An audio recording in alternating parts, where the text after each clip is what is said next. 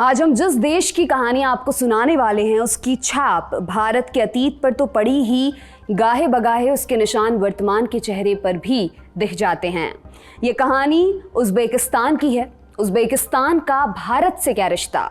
दरअसल आज से 539 बरस पहले एक बालक पैदा हुआ था। उसका नाम था ज़हीरुद्दीन मोहम्मद बाबर। उसने बाद में भारत में मुगलिया सल्तनत की स्थापना की। मुगल सल्तनत से भारत को क्या मिला या सल्तनत ने हमसे क्या छीना, इसको लेकर लंबी बहस हो सकती है। आज हम उस बहस की तरफ नहीं जाएंगे। बस इतना जान लीजिए कि जिस कस्बे में बाबर पैदा हुआ वो मौजूदा समय में उज़्बेकिस्तान में ही है। ये तो हुआ इंडिया कनेक्शन। आज उज़्बेकिस्तान की चर्चा, मगर क्यों? दरअसल 2 जुलाई को उज़्बेकिस्तान के एक प्रांत कराकल पाकिस्तान का माहौल बदला बदला दिखा।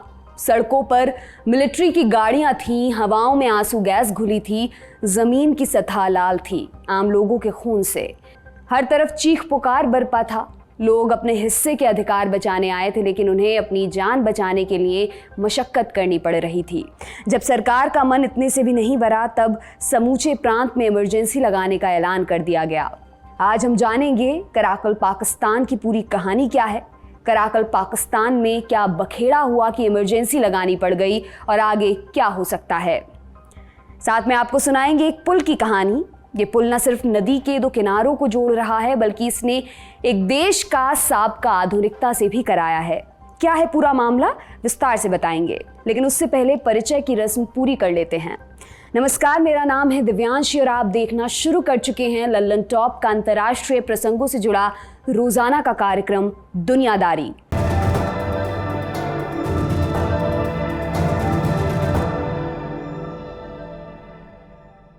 आज बात उज़्बेकिस्तान में आपातकाल पर होगी।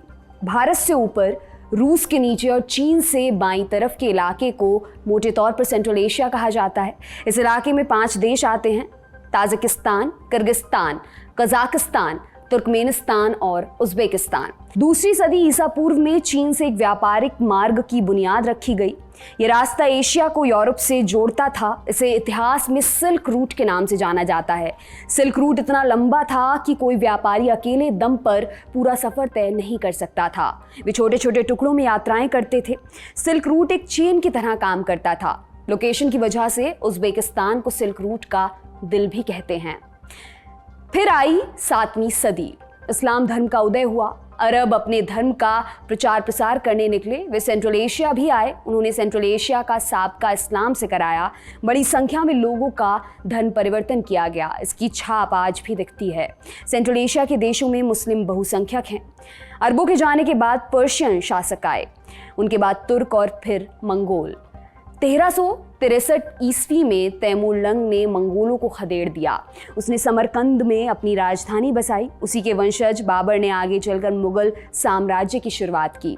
तैमूर वंश के पतन के बाद सेंट्रल एशिया को अलग अलग नगर राज्यों में बांट दिया गया। उनके शासकों को खान की पदवी दी गई। खानों ने 19वीं सदी के मध्य तक अपना शासन बखूबी चलाया। उसके बाद ये एक एक कर रूसी साम्राज्य के कब्जे में आते चले गए। 1865 में रूस ने ताशकंद को जीत लिया। 1920 तक पूरा सेंट्रल एशिया रूस का हिस्सा बन चुका था। 1917 में रूस में बोल्शेविक क्रांति हुई। आखिरी जार निकोलस द्वितीय की हत्या कर दी गई। इसके साथ ही रूस में जार शाही का पतन हो गया। सेंट्रल एशिया के इलाके रूसी साम्राज्य से अलग होने के लिए छटपटा रहे थे। वहाँ क्रांतियों का दौर शुरू हो गया था। ऐसे में रेड आर्मी ने दखल दिया। 1924 तक रेड आर्मी ने समूचे इलाके को शांत करा लिया था। तब तक सोवियत संघ की स्थापना हो चुकी थी और सोवियत संघ में जोसेफ स्टालिन का शासन आ चुका था। स्टालिन ने सोवियत संघ के सदस्यों की सीमाओं का पुनर्गठन किया। इसके तहत उज़्बेकिस्तान और उसके पड़ोसी देशों का जन्म हुआ। स्टालिन के पुनर्गठन में एक इलाका पीछे छूट गया। इसे कराकल पाकिस्तान का नाम दिया गया। कराकल पाक सेंट्रल एशिया में एक अल्पसंख्यक समुदाय है। उज़्बेकिस्तान के बाहर कम ही लोग इसके बारे में जानते हैं। इनका ताल्लुक तुर्कों से रहा है। 18वीं सदी से पहले तक ये समुदाय घुमंतू था। उनका कहीं स्थायी ठिकाना नहीं होता था। 18वीं सदी में ये लोग अरल सागर के दक्षिण में आकर बस गए। 1920 के दशक में कराकल पाक प्रांत की स्थापना हुई। इसे Kazakh autonomous socialist Soviet Republic का हिस्सा बनाया गया। 1932 में कराकल पाक को ऑटोनॉमस रिपब्लिक बना दिया गया। 4 बरस बाद इसे उज्बेकिस्तान में शामिल कर दिया गया।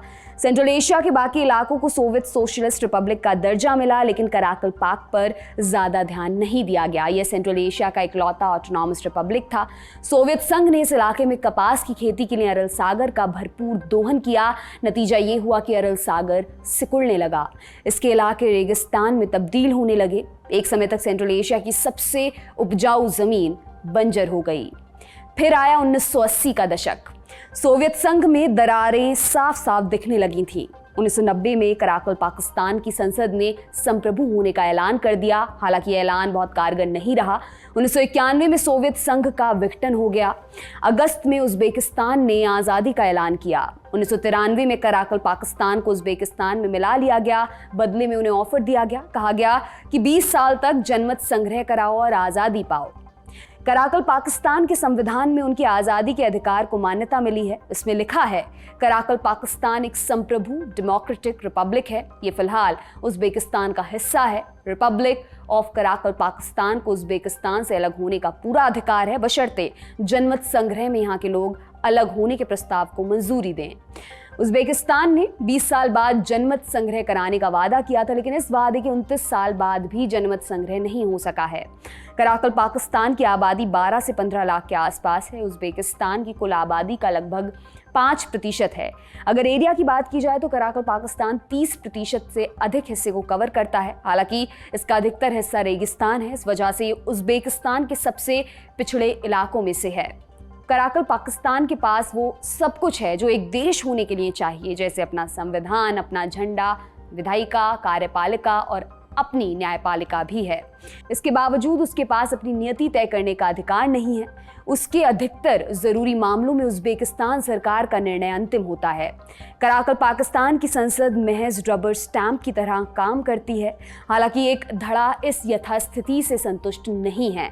ये धड़ा कराकल पाकिस्तान की पूर्ण आज़ादी की मांग करता रहता है। उज्बेकिस्तान सरकार ऐसे लोगों से बड़ी सख्ती से निपटती है। 2 जुलाई को यही देखने को मिला। 2016 से उज्बेकिस्तान के राष्ट्रपति हैं शफकत मिर्जियोयेव। उनकी सरकार संविधान में बदलाव करके कराकल पाकिस्तान के अलग होने के अधिकार को छीनना चाहती है।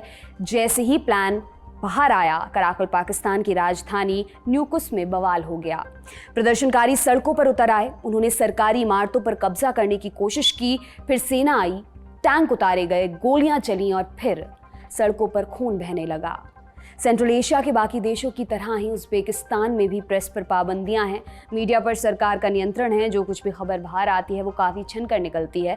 अभी तक प्राप्त जानकारी के मुताबिक प्रोटेस्ट में 18 लोगों की मृत्यु हो चुकी है। 200 से अधिक लोग घायल हैं। 500 से अधिक को गिरफ्तार किया है। राजधानी न्यूकुस की सड़कों पर सेना गश्त कर रही है। 2 जुलाई की रात राष्ट्रपति ने कराकल पाकिस्तान में 1 महीने के लिए आपातकाल लगाने का ऐलान किया। इसके तहत किसी को भी प्रांत से बाहर जाने या बाहर से अंदर आने की इजाज़त नहीं होगी। प्रोटेस्ट के बाद राष्ट्रपति ने संविधान में बदलाव का प्लान पीछे खींच लिया है। उन्होंने न्यूकस का दौरा भी किया। उन्होंने कहा कि प्रोटेस्ट में शामिल लोग देश की शांति भंग करना चाहते हैं। उज्बेकिस्तान विरोधियों के दमन के लिए कुख्यात रहा है। जानकारों का कहना है कि भले ही सरकार ने संविधान बदलने का प्लान छोड़ दिया हो, लेकिन आने वाले दिनों में बचे खुचे विपक्ष का दमन कार्यक्रम जोर शोर से चलने वाला है। इस मामले में जो भी अपडेट्स होंगे उन्हें हम आप तक लगातार पहुंचाते रहेंगे। ये था हमारा बड़ी खबर सेगमेंट। अब सुर्खियों की बारी। आज की पहली सुर्खी तुर्की से है। तुर्की के अधिकारियों ने एक रूसी मालवाहक जहाज को जब्त कर लिया है। ये जहाज रूस के कब्जे वाले यूक्रेनी इलाके से निकला था। इसमें अनाज भरा हुआ था। अब ये पता नहीं चल सका है कि अनाज यूक्रेन से चुराया गया था या रूस का अपना था। यूक्रेन लगातार रूस पर अनाज चोरी का आरोप लगाता रहा है। उसका कहना है कि रूस ने उसके इलाके से 4,500 टन अनाज की चोरी की है। यूक्रेन ने पहले ही तुर्की से इस जहाज को जब्त करने की अपील की थी। जब्त जहाज इस समय बंदरगाह के गेट पर ही खड़ा है। 4 जुलाई को पूरे मामले की जांच की जाएगी। उसके बाद ही पूरा सच पता चल सकेगा। यूक्रेन को उम्मीद है कि जब्ती के बाद उसका अनाज वापस किया जाएगा। रूस का अनाज चोरी करने के आरोपों पर क्या कहना है? रूस ने इन आरोपों से पल्ला झाड़ लिया है। उसने चोरी से साफ मना कर दिया है। यूक्रेन को पिछले कुछ समय से समुद्री रास्ते से अपना अनाज लाने ले जाने में काफ़ी मुश्किल हो रही थी।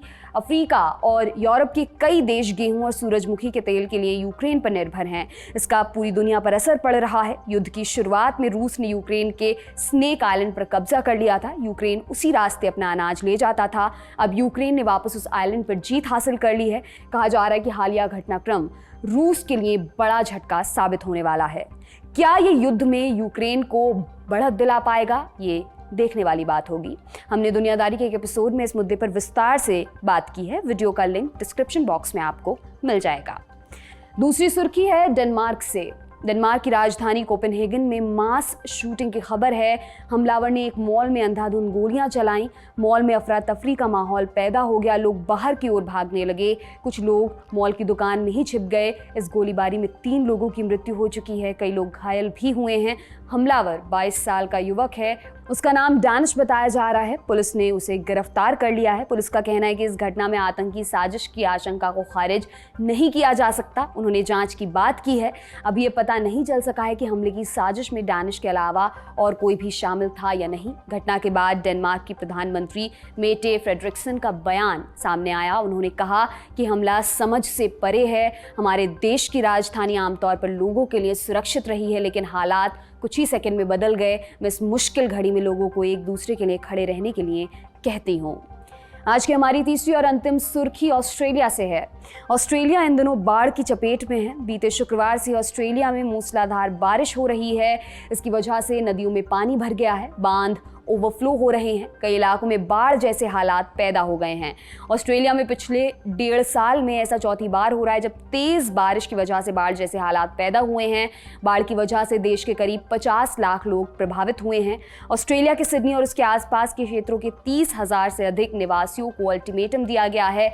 अल्टीमेटम में कहा गया है वे अपने घरों को खाली कर दें या अपने घरों को कभी भी छोड़ने के लिए तैयार रहें। सिडनी में बाढ़ की वजह से एक व्यक्ति की मौत भी हो गई है।